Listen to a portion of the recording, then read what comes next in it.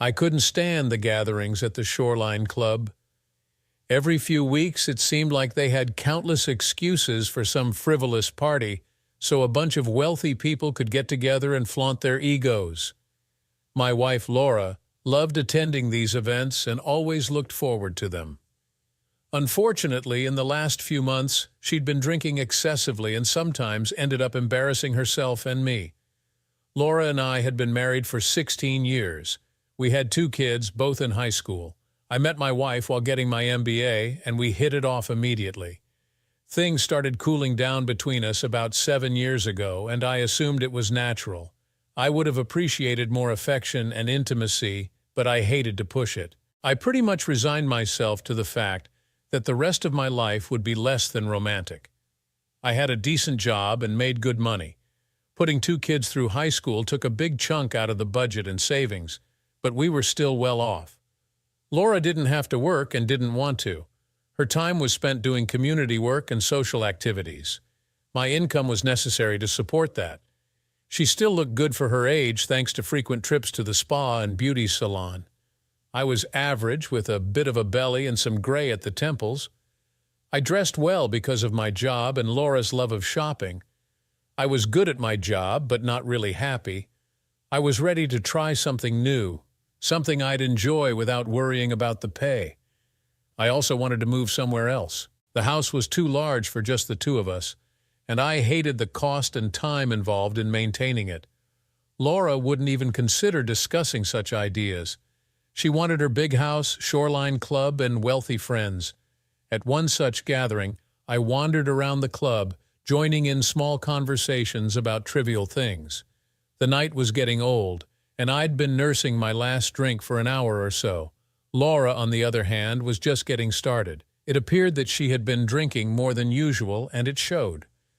8 or 10 of the local socialites were sitting together, chatting away as I walked up. The conversation seemed to be about relationships. That was my cue to leave. As I turned to exit, I heard Laura's loud voice. Hell, if it weren't for Matt Hunter, I wouldn't have had any good fun in my life. The group grew suddenly quiet. Some of the ladies noticed me standing nearby. Sensing the lack of laughter, Laura turned and saw me. The excess alcohol was definitely affecting her judgment. Jason, I didn't know you were standing there. You weren't supposed to hear that, dear. I'm sorry. My bad. She followed up with a few drunken giggles like a little girl. The ladies nearby didn't know how to react. Some walked away quietly and the rest just sat there in silence. Laura looked at me with a silly smirk, as if she had done something mischievous. I placed my glass on a nearby table and slowly left the room and the club. I didn't go home. Instead, I headed to the airport and, 30 minutes later, was on a commuter flight to Portland. I liked Portland far more than Seattle. My relationship with Laura now became a lot clearer. I understood things that had previously eluded me. A weekend in Portland would help clarify a few more things. I turned off my cell phone. I had no trouble getting a room at one of the hotels. I opened an account for 20000 in the comp room. An interesting thing about casino accounts, since they are not banks, they are not under federal regulations and no reports are required to the government. If you win big bucks on a slot or at Keno, it must be reported. But anything you deposit in your account is not traceable. I wasn't really interested in gambling but liked their banking setup. By the time I woke up, it was noon on Sunday. I was analyzing my situation over a sandwich and fries. I liked Portland. The climate was comfortable due to the high altitude. Because of the gaming, there were many other reasonably priced services available nearby.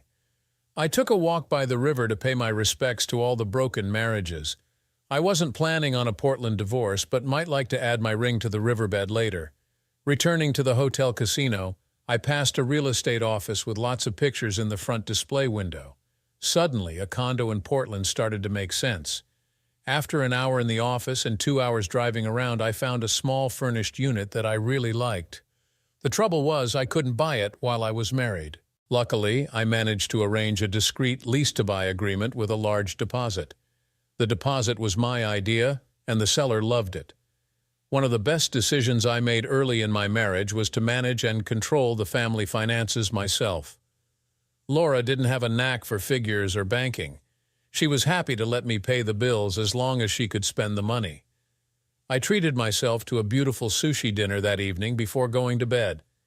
I deposited another $7,000 from my credit card into the casino fund. I hated paying the cash advance fee, but it was worth it in this case. I was up bright and early the next morning and managed to catch breakfast at the casino restaurant. Eggs, bacon, hash browns, and toast hit the spot. While killing time with my second cup of coffee, I noticed my waitress had a big shiner. She tried to hide it by combing her hair forward, but it wasn't working.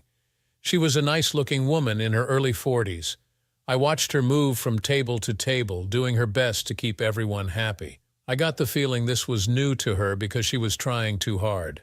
An experienced waitress would have been smoother and more confident. She seemed determined to do a good job, and I admired that.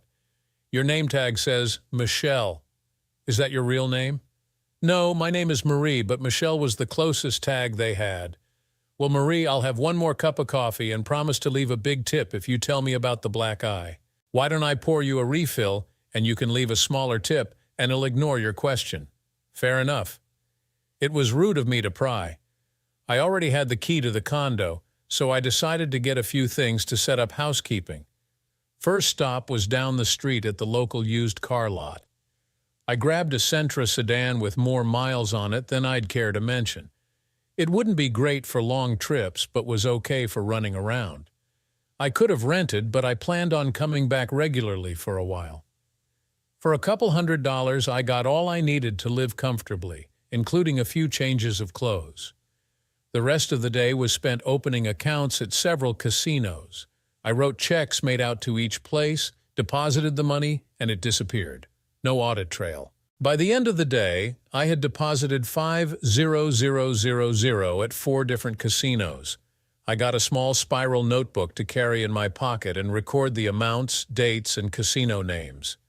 This was a chronological record of the money I lost gambling over the weekend.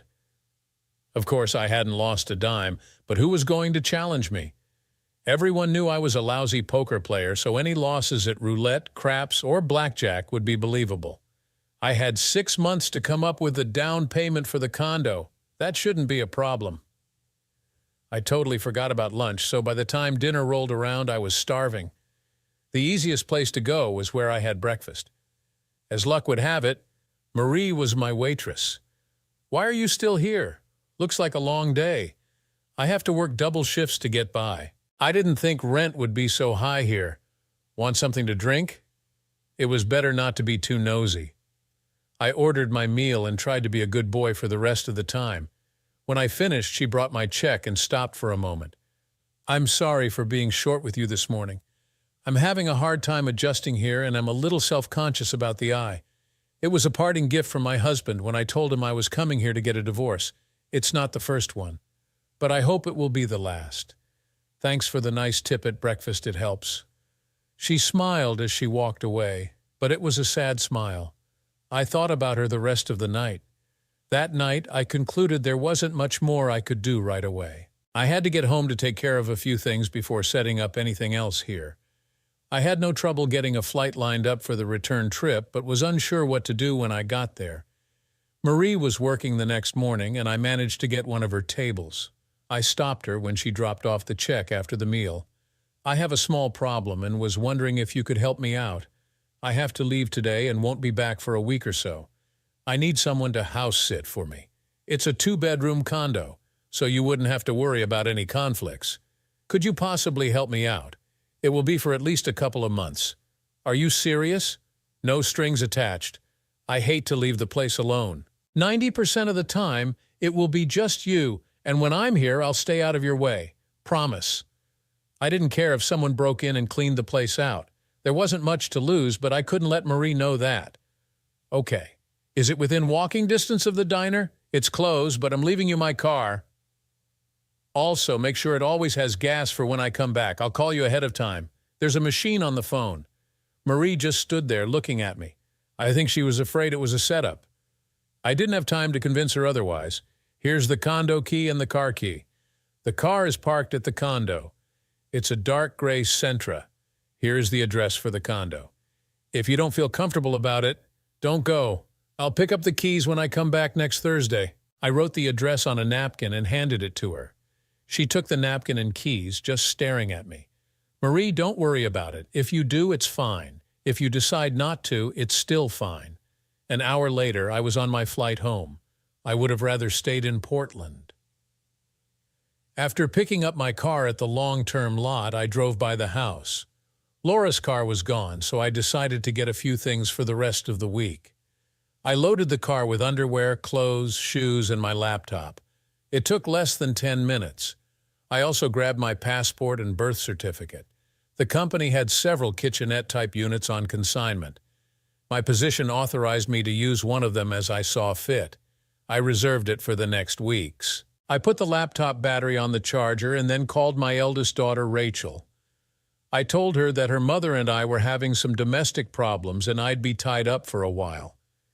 I asked her to explain it to her brother and tell him not to worry. Both of them were at Northern State University. I got a group discount but still had to pay out-of-state tuition. At least I could afford it. I hung up, put the cell phone on a charger and hit the shower. The only thing I got to eat on the plane was a bag of pretzels. I was looking forward to a nice dinner. Monday was a busy day. Before doing anything else, I went to the bank and got a second mortgage on the house, a big one. I now owed more on the house than it was worth. By the end of this month, that would change. I contacted Northern State directly from the bank, and we reached an agreement on prepaid tuition for the kids. The bank wired $2,000,000 directly to the school. That left me with a cashier's check for just over $1,800,000 to take to Portland. I cashed in 2 CDs, paid the penalty, and closed out the money market account. I decided to leave the credit cards alone until the end of the month. By that time, I was late for work. My faithful secretary, Linda, was waiting with black coffee and a silly grin. "Morning, Mr. Kent. Are you going to tell me about what happened at the Shoreline Club Friday, or am I going to have to believe all the rumors?" "Linda, the rumors are all true. Anything else you need to know without blinking an eye," she responded. "What do you want me to do to help?" "Give me everything you can on Matt Hunter. I think he used to work here, but I'm not sure. Arrange to have all my scheduled work done by some of the staff and don't give them a reason why. Any appointments or meetings I have set up should be shifted. Any questions so far?" I got a big smile and a thumbs up from Linda as she left the office.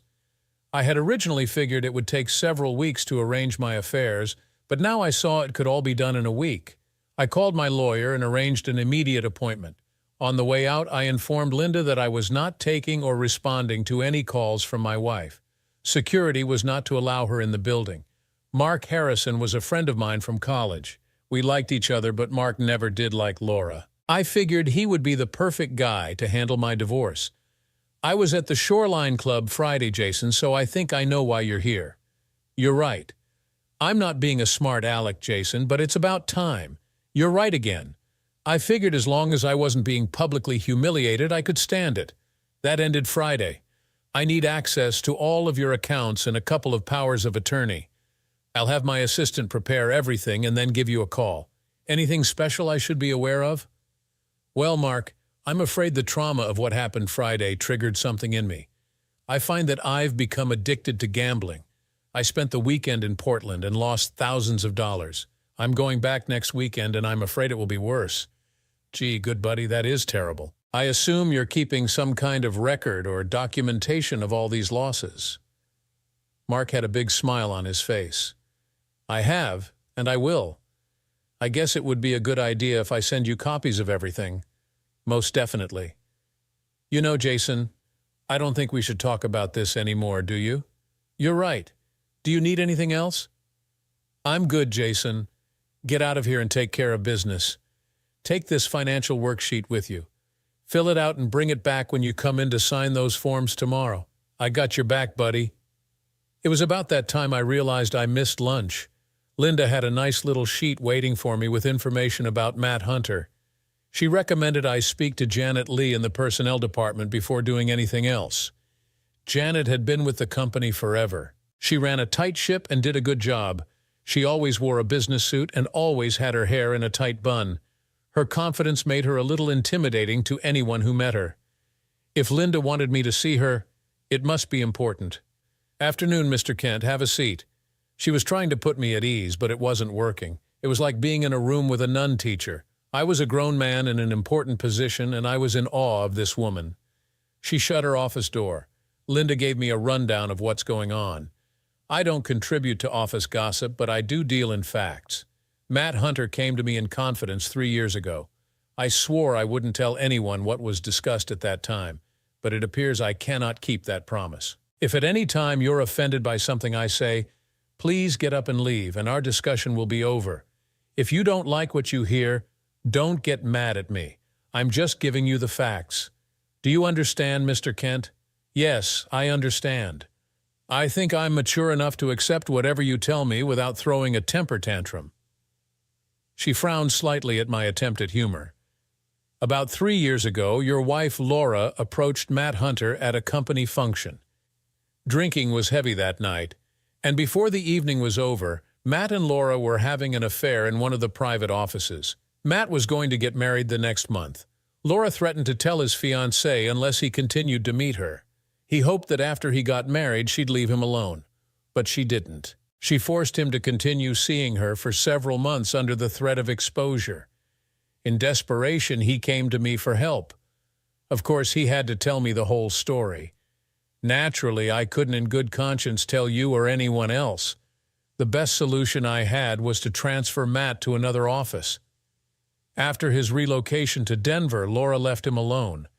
Matt never told his wife about the problem. Any questions? It looks like Mr. Hunter was as big a victim in this fiasco as I was. I was contemplating some type of retribution, but that seems foolish now. Any recommendations, Miss Lee? Now that you know, you have the power. I think you should let it die. Matt Hunter is a good employee and an asset to the company. Don't ruin him over something your wife did. Thanks for your time. I think you're right. Being forced to have an affair with my wife is punishment enough. As we stood, Janet smiled. By the way, it's not Miss I've been married for 28 years. It was hard to imagine Janet Lee in bed with a man. Maybe when she lets her hair down, she turns into some kind of goddess. I suddenly found myself thinking of a dominatrix and decided to change the subject mentally. I had more important things to worry about than Janet's love life. Linda had rescheduled all my work, giving me a clean slate. My wife called 3 times, refusing to believe I was in Portland. Linda set up an appointment for me with the company president the next day and one with the legal department that afternoon. I asked Linda to have dinner with me. She laughed and said her husband would disapprove. She suggested I ask Janet and laughed again. It took longer in the legal department than anticipated, and I kept a few people over time. I apologized, but they all seemed to understand it turned out to be more complicated than expected. Redeeming my retirement plan for a cash settlement was difficult. Closing out the 401k and shared savings account went smoothly, but took time. Cashing in my sick time, vacation time, and company insurance was easier. By then, it was apparent that I was leaving the company. I hoped it wouldn't leak back to my wife before I was done. I ended up eating dinner alone. For some reason, I thought about Marie during the meal. I wondered if she moved into the condo, and if she was still working a double shift. Although I hardly knew her, I was anxious to get back to Portland and see her. It seemed juvenile, and I tried to put it out of my mind. It was foolish to waste time on fantasies that would never be. The next morning, I cashed in 2 whole life insurance policies and canceled 2 term policies. I was amazed at the cash value the whole life policies had grown to. I could pick up the checks the next morning. My car was covered by the company insurance, but I canceled the insurance on Laura's Mercedes. The lease was in her name, but the insurance was in mine. Before going into work, I stopped by Mark's office, dropped off the financial form, and signed a bunch of papers his assistant had ready. Linda had coffee ready when I got back to the office. "It's not my intention to rub salt into your wounds, boss, But you need to talk to Paul Andrews down in settlements before you see Richard. Richard Evans was the president of the company. I felt pretty sure he already knew what I wanted to see him about. The settlements division was in the basement, to be exact. I don't know why everyone else got windows and sunlight while they got the dungeon. Paul, Linda said you wanted to talk to me. Paul Andrews was a quiet guy who always got his work done. He was non-nonsense, dull but efficient. He steered me over to a private corner. I heard things were coming to a head in your office. I don't do gossip, but I felt you needed to know something. About 6 years ago, we had a guy named James Bennett. He was an okay guy, married with 2 kids. He got involved with your wife after an office party. She kept calling him at home and here in the office. He knew he made a mistake and wanted to end it, but she wouldn't let him. She threatened to tell his wife if he tried to dump her. The dumb guy called her bluff. 2 days later, James' wife kicked him out. He started drinking and lost his job. I don't know where he is now. Anyway, James' wife threatened to tell you about your wife's affair. As I understand it, your wife gave her 15 grand to shut up. I have no proof about that last part. Thanks, Paul. I wonder if anybody else has some good news for me. I wasn't trying to upset you, Mr. Kent, but Linda said I should tell you. You did the right thing. I appreciate it. I took the elevator straight up to the 9th floor. I was a little early for my appointment with Mr. Evans, but he took me right in. It was short and precise. The legal department, personnel department, and payroll would take care of everything for me. When the smoke settled, I was to call him personally from wherever I was. He gave me a card with his private cell number on the back. There were no promises, no regrets, and no nonsense. Although things were wrapped up on one hand, they were kept open on the other. I gave him a simple nod and left. I hadn't spoken a word. Linda was all smiles when I got back to the office. She handed me the usual cup of coffee. I smiled back and said, "Get me a flight to Portland for Thursday morning with a 2-hour layover in Denver." She motioned with her head for me to look out the window. Laura was down in the parking lot arguing with a security guard. She's been down there for over 20 minutes. They won't let her in and she won't leave. What do you want to do, boss? Looks like the guards have everything under control. The only problem I have is finding somebody to have dinner with. I hate eating alone. I called Mark to see how things were going. He said he couldn't do anything until I straightened out the financial mess. I had to show him that I had no money. Right now, I was loaded between the checks I had, those that were coming and the cash in the bank. I was a wealthy man. I promised I would go to Portland early and not come back until I was flat broke. Every once in a while somebody would stick their head in the door and tell me that my wife wanted me to call her. She had all her friends call their husbands at work to find me. I hung around the office for a few more hours cleaning things up so it would be easier for my replacement. Laura was sitting on the hood of my car waiting for me to come out. Linda smiled and handed me the keys to her Honda Accord. She said it was a good excuse to get her hubby to pick her up and take her out for dinner. By the way, you're not going to do anything stupid in Denver, are you? No, just tying up some loose ends. No vengeance, I promise. I drove to Greenwood and had my dinner at the Outback. I was back in my apartment before midnight. The next morning went fast.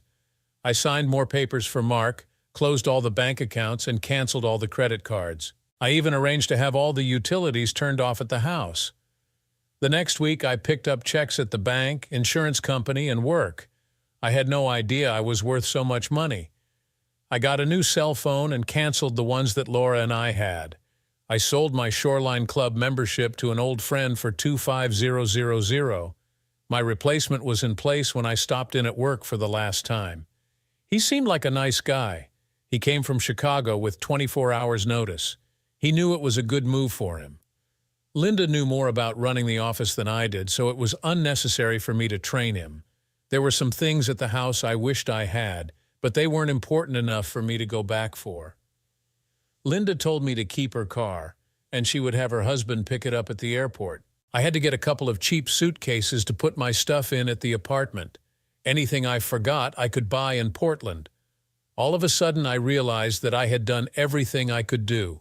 All my assets were now in cash. There were no stocks, no accounts, and nothing else of value except the house, which I was giving to my wife. Air Western was accommodating.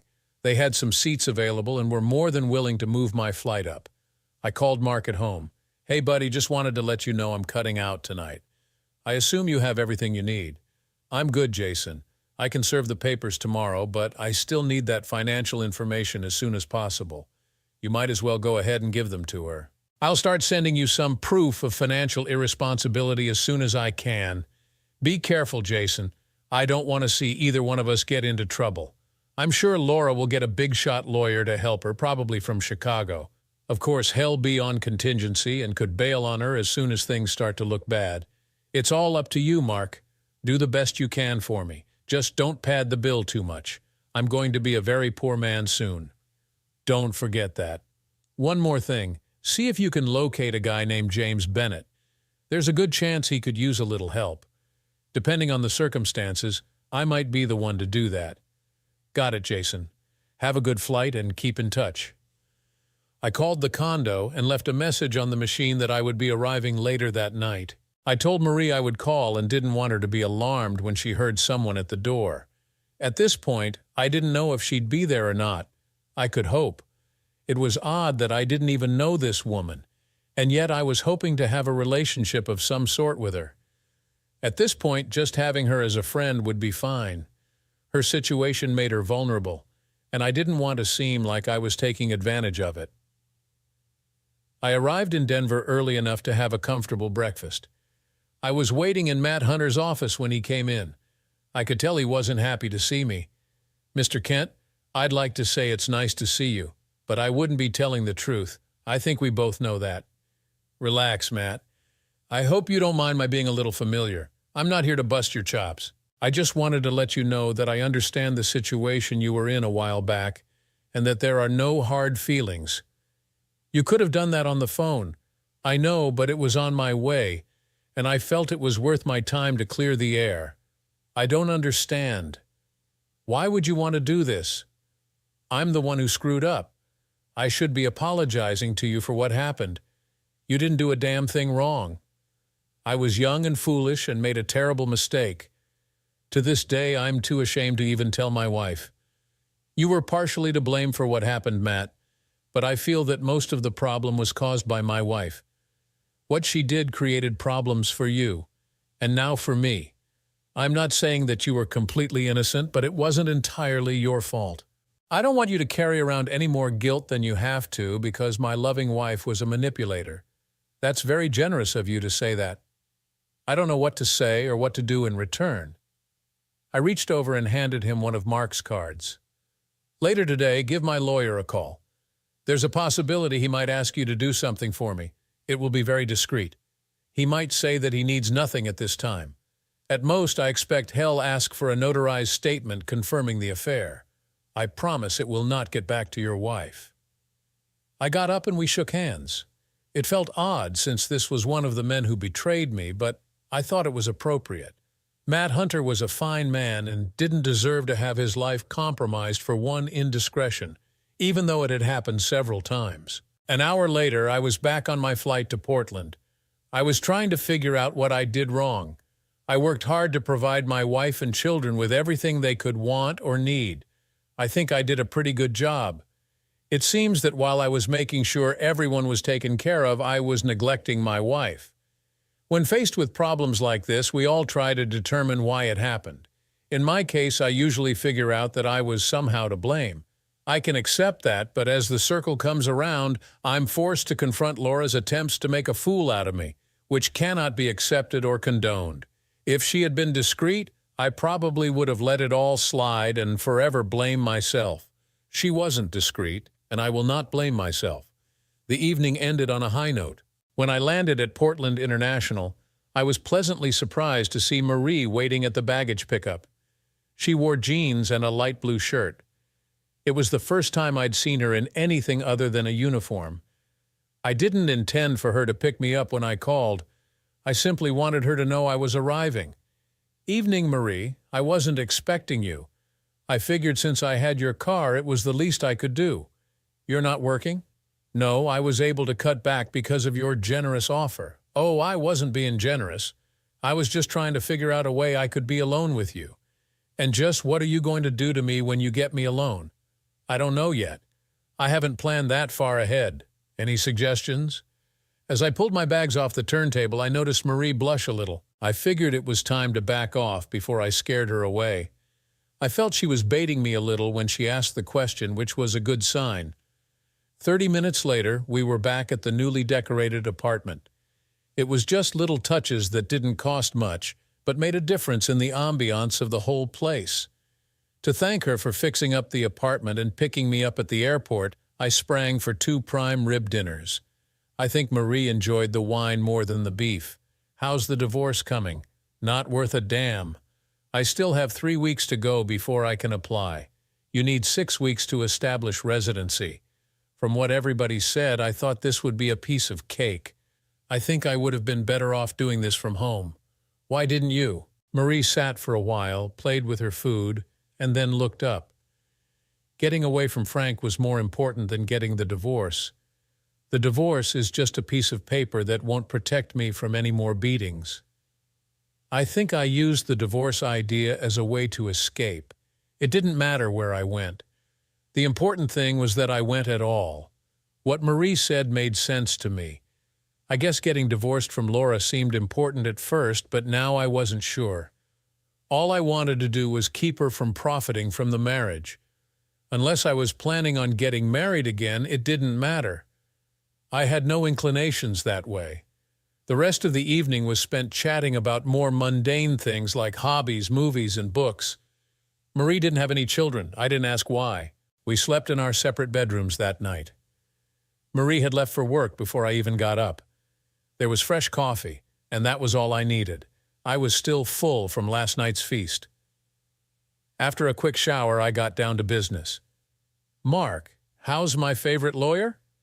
There was a sigh on the other end of the phone. Not worth a damn, Jason. I got bad news for you. Promise you won't shoot the messenger? Oh, crap. I've only been gone 1 day. What the hell happened?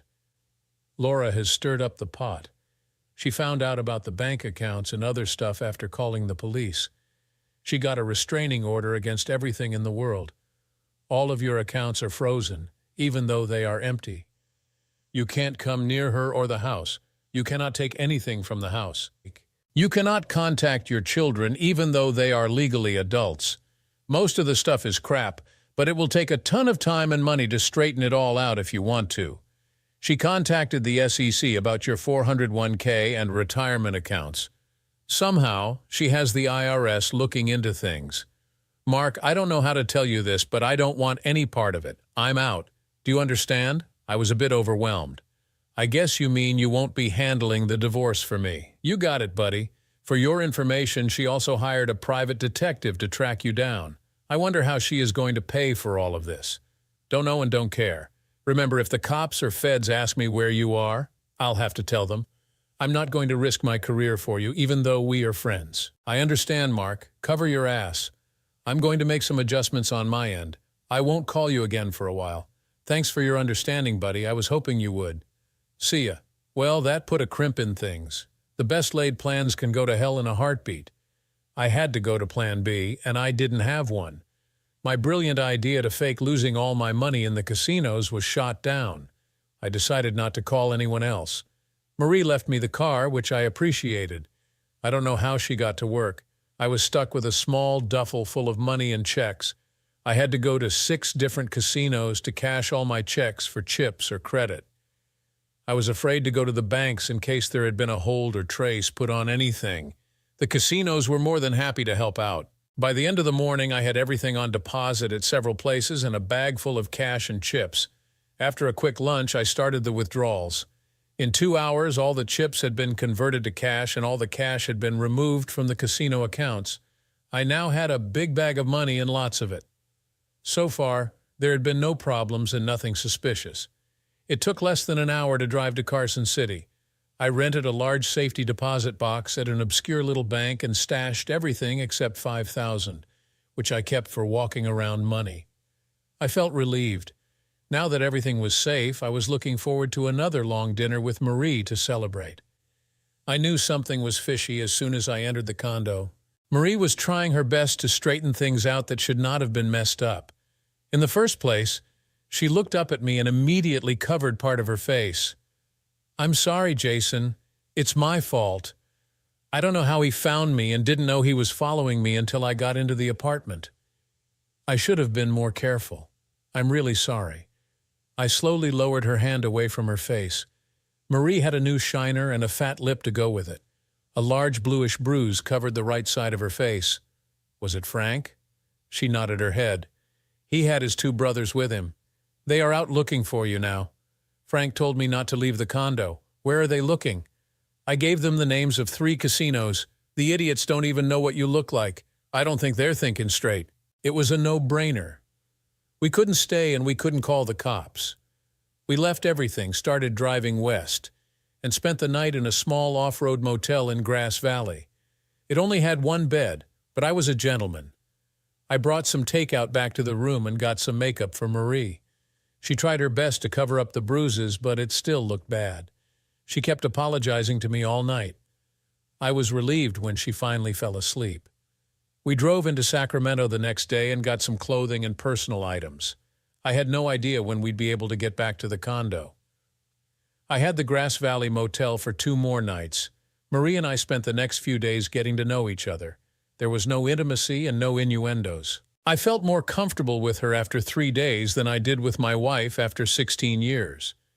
When I wasn't talking with Marie, I was worrying about all the other things that were happening. I was afraid to take Marie back to the condo in case Frank would find her. I was afraid to go back to the condo myself in case somebody was looking for me. But I carelessly left my laptop, passport, and other personal papers there. I had a stupid idea that they were important to me and I had to get them. Real stupid. I only knew Marie a few days, but I decided I had to trust her. We were both in the same boat as far as spouses were concerned. Have you ever been to Mexico? No. Are we going to go to Mexico, Jason? I don't know. Look, in case things don't go well, I want you to do something for me. I don't want you to get in trouble, and I want to keep you away from Frank. Jason, you don't owe me anything. You've done more than enough already. I'll be fine. Well, I'm not sure how things are going to go for me. I have a lot of money stashed away. It's not dirty money, but I'm hiding it from my wife. If something happens to me, you will have to retrieve the cash for me. Who is after you? You haven't said anything about that. Did you do something illegal? Look, several federal agencies are looking for me and a private detective. I'm sure the local police will be called in to help if necessary. All I'm trying to do is hide some money from my wife. She's trying to make it look like I'm doing something illegal. What am I supposed to do with this money? I was thinking about that. Go to Guadalajara and wait for me. Use whatever money you need to get by until I get there. How will you find me? Go to the Libertad market for coffee every morning. I will find you. It's very large, but I will find you. When am I supposed to do this? When you figure out I'm in trouble. Why don't I just do it now? Be patient. I'll take you with me. I'd rather take you with me than go separately. I'd feel better if we went together. Why can't we both go now? The conversation was starting to get redundant, so I ignored her. I didn't mean to be impolite, just anxious to move along. 2 hours later, we were over the pass and in Carson City. Marie's name was put on the access for the safety deposit box, and she got her own key. When we got back to the condo, I parked half a block away. The complex had a lower-level parking area under the units. It was open to the outside, but covered. I told Marie to wait in the car until I was sure there wouldn't be a problem. What sort of problem? I had no idea. The way things were going lately, anything could happen, and it did. I was walking through the parking area looking for anything suspicious when it happened. Jason Kent, turn around. He was a little man, sort of wiry. The long leather coat he wore made him look weird instead of sinister. He wasn't menacing enough to pull it off. The large black automatic in his fist was, though. Do I know you? A big smile crossed his face as if he was proud to identify himself. My name is Laszlo. Your wife sent me. Okay, what can I do for you? I need your wedding ring and your wallet. I can understand the wedding ring, but why the wallet? I have to make this look like a robbery. Make what look like a robbery? Your wife hired me to kill you, Mr. Kent. I hope she paid you up front because she doesn't have any money. What do you mean?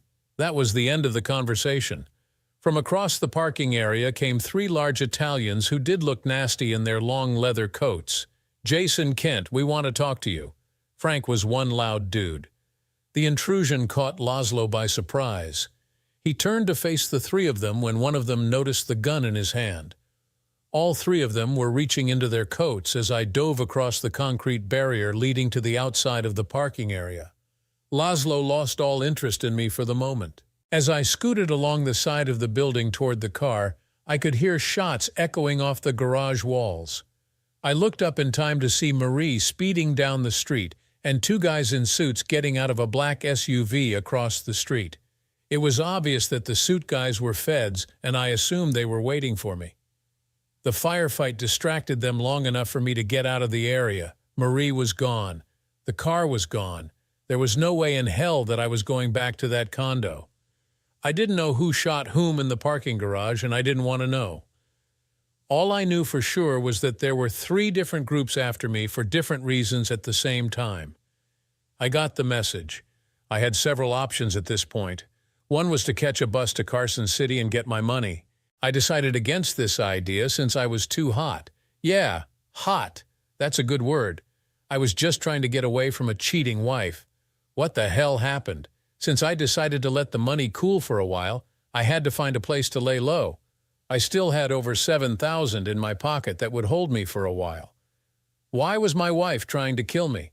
I guess she didn't realize there was no longer any insurance money. I figured she was smarter than that.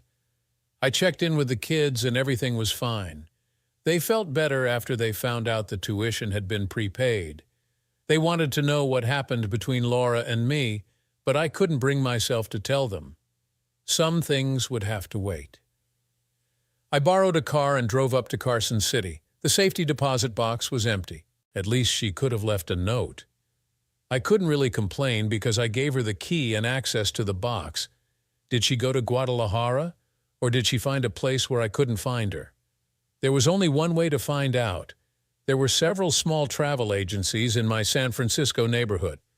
Most of them specialized in group tours for compatible people, which I didn't quite fit into.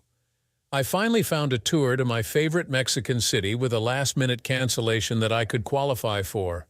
It was the first time in my life that I had to scrape together enough money for something. The trip wasn't that expensive, I just didn't have a lot of money. I felt comfortable because a few of the guys on the trip worked at the restaurant with me. Most of them had signed up for the side trips, but I had other plans. The first 2 days turned out to be a big disappointment. The Libertad market was bigger than I had imagined. I see now that it was a poor choice on my part. I hated to think that maybe Marie had decided to take my money and go someplace a little more exotic. Maybe she was in Bangkok or Tahiti. Lord knows there was enough money in that safety deposit box to live just about anywhere she wanted to. I didn't know if I should sit and wait for her to walk by or if I should walk around and look for her. I ended up doing both. By the third day, it was getting dull. "It's about time, Jason. Where the hell have you been?" I turned and saw Marie standing with her hands on her hips. She had on a wide-brimmed straw hat with a red band around it. "Say something, damn it. I've been going nuts here, not knowing if you were even alive or not." I didn't say anything. I walked over and kissed her for the first time. I don't know why I hadn't done it before, but I was glad I did it. Now that's a pretty pathetic explanation. Maybe you better try it again. The second kiss was accompanied by a big hug as I swung her around off the ground. "Marie, I missed you so bad. You still have to tell me where you were for the last month, but I can't wait until later. Let's go home and have some lunch." We walked through the market hand in hand. I felt happy and content for the first time in a while. "Jason, don't get mad at me, but I spent some of your money. I put most of it in the bank, but I needed a place to live, so I bought us a house. I was hoping you wouldn't mind because you had an awful lot of money in that bank. It was a beautiful hacienda in a beautiful city, and I was with a wonderful woman. I like it when a plan comes together." Laura's parents were able to raise her bail money and pay for her lawyers. Mark had no trouble getting her signature on the divorce papers. She ended up getting 5 to 8 years for trying to have me killed. Never did find out why. Matt Hunter gave Mark a deposition, but Mark never had to use it. Mark was able to find James Bennett. He was sober, but not doing well. When Mark asked him what he could do to help, James said he would like to have a hot dog pushcart. I got to feel better. For $3,200, I settled my beef with the IRS for $5,000. Laszlo went to jail in Nevada with Marie's husband and brothers. We don't know how long they will be there. I was now free to return home. My old job with a promotion was waiting for me. The law was no longer looking for me. As soon as Marie's Mexican divorce is final, we plan to get married. The kids will be coming down for the wedding during spring break. The house in Guadalajara is beautiful, but we are pretty certain we will not stay there full time. Marie wants to keep it as a vacation home. Linda is anxious for me to return to work, especially in the new position. It's a promotion for both of us. Marie is willing to go anywhere as long as we stay together. She wants me to take her to meet Laura. That should be interesting. My plans did not work out as I expected, but who am I to complain? Thanks for watching this wild story unfold. If you were in Jason's shoes, what would you have done differently? Let us know in the comments below. Don't forget to like, subscribe, and hit the notification bell so you won't miss our next jaw-dropping tale. See you in the next video.